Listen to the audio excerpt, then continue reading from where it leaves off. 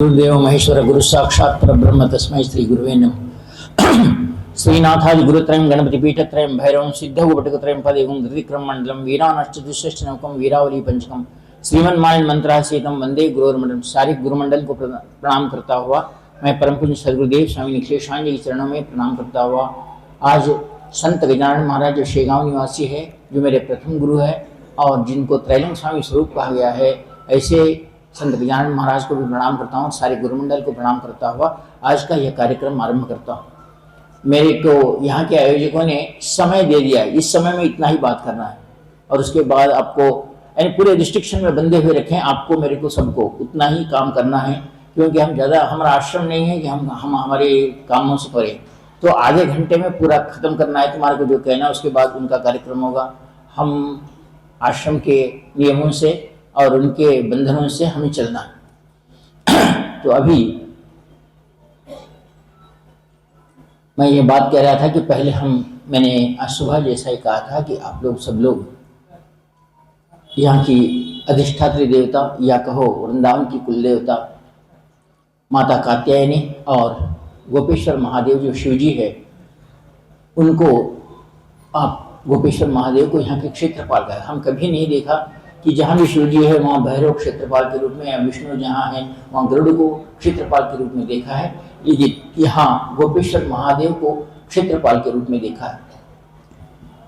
संक्षिप्त में कहा जाए तो हमने रामावतार देखा है, कृष्णावतार देखा है, बाद में बुद्धावतार। रामावतार में प्रभु श्री रामचंद्र जी एक पत्नव्रती थे और किसी स्त्री की तरफ नहीं देखते थे और अपना जितना भी कार्य था आप सभी लोगों के लिए उन्होंने जो वनवास अनुभव किया उसके बारे में बहुत कम लोग उस तत्व को जानते हैं कि रामचंद्र जी ने वनवास क्यों आरंभ किया, सीता जी ने निंदा क्यों सही और सीता जी अपने राम से दूर क्यों रही। इसके पीछे का तत्व यह है कि भगवान चाहते थे उस समय में स्त्रियों के ऊपर निंदा डालना, पुरुषों की आधिक्यता, पुरुषों की वीर गाथा बोलना, पुरुषों की गलतियों को छुपा रखना और स्त्रियों की गलतियों को बोलना, इस निंदा से सभी पीड़ित थे। तो माता भगवान विष्णु से माता ने प्रार्थना किया, प्रभु इसके लिए स्त्री अनावश्यक रूप से निंदित होती है, उसको कुछ बाहर नहीं, स्वतंत्रता भी नहीं है और निंदित होती है। उसकी निंदा का और उसके शाप का कारण पति के वजह से शापित होती है या सास ससुर की वजह से या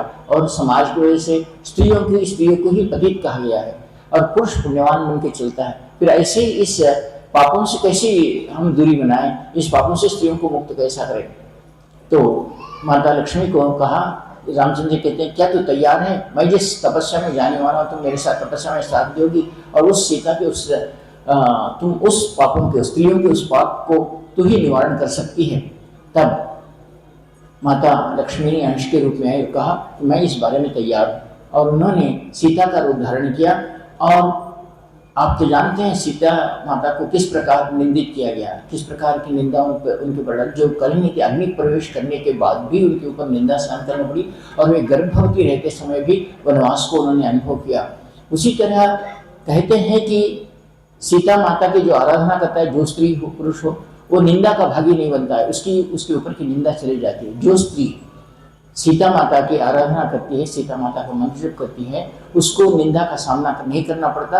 यह निंदा से अपनिंदा कहते हैं, जिसको काम न करने पर भी अपने स्त्रियों को या बहन माताओं को जो निंदा से ग्रसित होती है उनकी निंदा जाती है। इसलिए सीता माता ने उस निंदा का निराकरण करने के लिए राम अवतार में अपना सीता के रूप में अवतरित हुई और रामचंद्र जी भी उस संसार में निंदा के प्रति घृणा व्यक्त करते हुए उन सभी पुरुषों के लिए जिन्होंने अकारण स्त्रियों को बदनाम किया, स्त्रियों को सताया, ऐसे लोगों को उन्होंने भी विरह अनुभव किया और अपने अवतार में उन्होंने अपनी पत्नी से दूर रहकर वनवास अनुभव किया। ये सारी चीज़ें जो है वो राम और सीता रामायण के अवतार के इसका वो तत्व है जो प्रजा लोक कल्याणार्थ सीता रामचंद्र जी लक्ष्मण आदि ने अनुभव किया। लेकिन उसके बाद ये हुआ, रामचंद्र जी तो बहुत सुंदर थे, उनकी सुंदरता का बयान नहीं कर सकते थे, उतनी सुंदर थे। अब जो स्त्री भी उन्हें देखती थी उनकी में इच्छा होती थी कि रामचंद्र जी अगर मेरे पति होते तो ठीक था। बहुत सारे लोग ऐसे हुए कि रामचंद्र जी को अपने पत्नी रूप में रामचंद्र जी को अपने पति के रूप में करने के लिए बहुत वो तड़पती रही। तो उन सभी को देखा कि ये आगे कैसा हो, तो उन्होंने कहा कि मैं आगे द्वापर युग में कृष्ण के रूप में अवतारित होगा और तुमने जो जो इच्छाएं होती की तुम्हारी सारी इच्छाएं पूर्ण करूंगा, क्योंकि मैं किसी के ऋण में रहना नहीं चाहता और मैं ऋणग्रस्त नहीं रहना चाहता कि तुमने की कि ये नहीं तो ये जन्मों जन्मों तक ये बात चलती ही रहेगी। और तुम विशेष बात तो एक बार कहूँ तो आप ब्रह्मवैवर्त पुराण में पढ़ते हैं तो उसमें एक जगह कहा है कि गलती से एक बार ब्रह्मा विष्णु भाई सभी बैठे हुए थे तो उतने में शिव जी से मिलने के लिए भगवान विष्णु आ गए और उन्होंने शिव जी को नमस्कार करके पार्वती भी बैठी थी। तो 1 मिनट के लिए विष्णु का रूप देखकर पार्वती का मन चंचल हो गया। ये बात शिव जी ने ग्रहण की और बाद में जब वो कृष्ण रूप में यहाँ अवतरित हुए और माता पार्वती यहाँ कात्यायनी के अंश रूप में अवतरित हुई तो शिव जी कहते हैं कि हे पार्वती मैं तुझे एक बात कहता हूँ। बोले क्या? तू एक बार जाकर कृष्ण का आलिंगन कर ले। पार्वती माता की आंखों में आंसू आ गए। बोले शिव जी स्वयं मैं कह रहा हूँ, मैं पति कह रहा हूँ, तू जाके कर ले। तो उन्होंने कारण बिना पूछे उनकी आंखों में आंसू आ गए। बोले कि प्रभु ऐसा क्यों कर रहे हैं, मेरे में क्या त्रुटि हो गई? तो बोले तो एक बार विष्णु आए थे और तेरे मन में इच्छा उत्पन्न हुई थी, तू इस ऋण में हमेशा के लिए रह जाएगी, तो इस ऋण से मुक्त हो जा।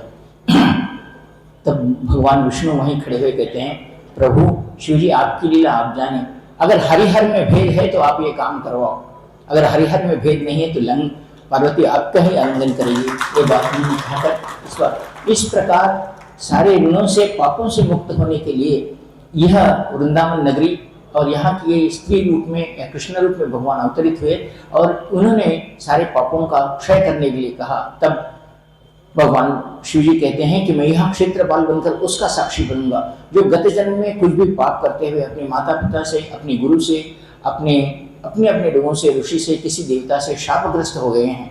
वो शापग्रस्त लोग अगर वृंदावन में आते हैं और अपने गुरुमुख से मंत्र लेकर मेरी कात्यायनी का दर्शन करते हैं और कात्यायनी के मंत्र का पाठ, केवल मंत्र हो या उसका स्तोत्र हो, 16 बार भी पाठ करते हैं तो मैं उन्हें गत जन्म के उन पापों से मुक्त कर देता हूँ। चाहे वो गुरु शिष्य का संबंध हो, चाहे पति पत्नी का संबंध हो, चाहे देवता भक्त का संबंध हो, गुरु शिष्य का संबंध हो, जिन्होंने गलती से भी अपने गुरु को, अपने देवता को, अपने महान लोगों को कुछ भी करते हुए शापग्रस्त हो गए हो, तो वो तब भगवान गोपेश्वर महादेव कहते कि हे कात्यायनी तेरे पास आकर इस वृंदावन में गुरु के साथ आकर जो दर्शन करता है और तेरा मंत्र यहाँ जप करता है तो उसको गत जन्म में किसी देवता, हम पूजन करते समय भी देवताओं की इससे गलतियां करते हैं, हमारी पूजा में गलतियां होती हैं। समझो गणेश जी को तुलसी नहीं चढ़ानी, चढ़ा देते हैं, विष्णु को ना बेलोपत्र नहीं चढ़ाना है, चढ़ा देते हैं। ऐसी कोई गलतियां होकर उनके अप्रसन्नता यानी उनकी कृपा नहीं प्राप्त होती है जो कार्य करते हैं, जिसके कारण देवता भी अपने ऊपर क्रोधित हो जाते हैं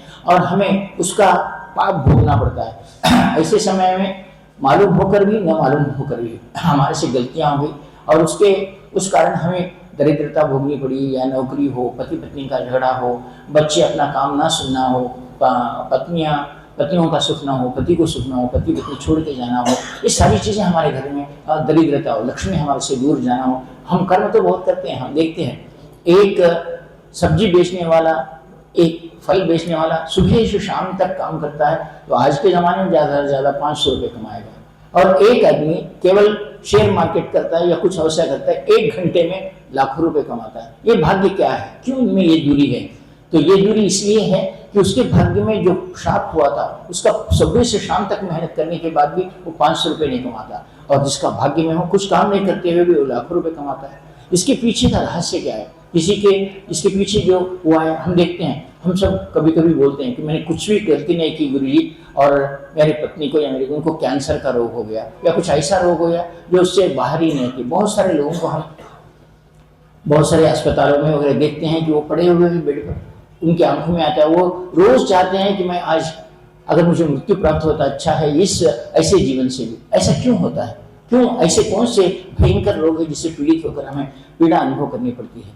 तो यह हमारे शास्त्रों के अनुसार कहा जाता है कि तुमने कभी उन सज्जन मनुष्यों को, या समझो हम अच्छा सा वृक्ष घर में बढ़ रहा है और उस वृक्ष के नीचे पशु पक्षी वृक्षों पर बैठते हैं, छाया में बहुत सारे लोग बैठते हैं, लेकिन उस जगह को तुमने खरीद लिया, तुम्हारे को घर बांधना है तो क्या करते हैं, 1 मिनट में घर को उस वृक्ष को तोड़ देते हैं। क्या उस वृक्ष को तोड़ने के हम जैसे पंचपल्लव है, वट वृक्ष है, अपना पीपल का वृक्ष है, बेल वृक्ष है, ये वृक्षों को बढ़ने के बाद हम तोड़ देते हैं। जो शिव को प्रिय है ऐसे काम करते हैं, हमारे गलती से मालूम होकर न मालूम, लेकिन उसका पाप भी हमें भोगना पड़ता है।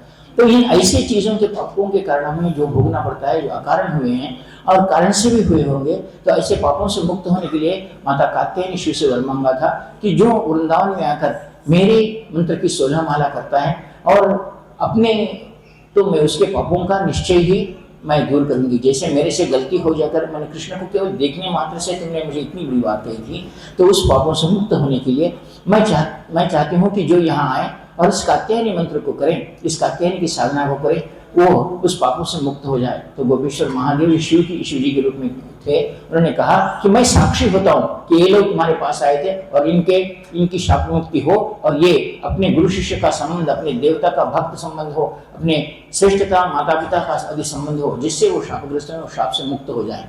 आज के दिन इस वृंदावन में माता कात्यायनी का दर्शन लें और हम उनके मंत्र का जाप करें, या उसके मंत्र को जाप करते हुए उस कात्यायनी यंत्र को 16 माला जप करते हुए हम अगर उसको यमुना नदी में या किसी यमुना नदी के ऊपर जो वृक्ष है उस वृक्ष के तले उस यंत्र को रखते हैं, तो ये साक्षी है कि हमारे किए हुए पापों का प्रक्षालन होता है। हम बहुत सारे लोगों को ये कहते हुए देखते हैं, जी मैं बहुत तपस्या किया हूँ, मैंने आपसे मंत्र लिया है, मैंने इतनी साधना संपन्न की है, लेकिन मुझे एक भी साधना सिद्ध नहीं थी। क्यों नहीं होती?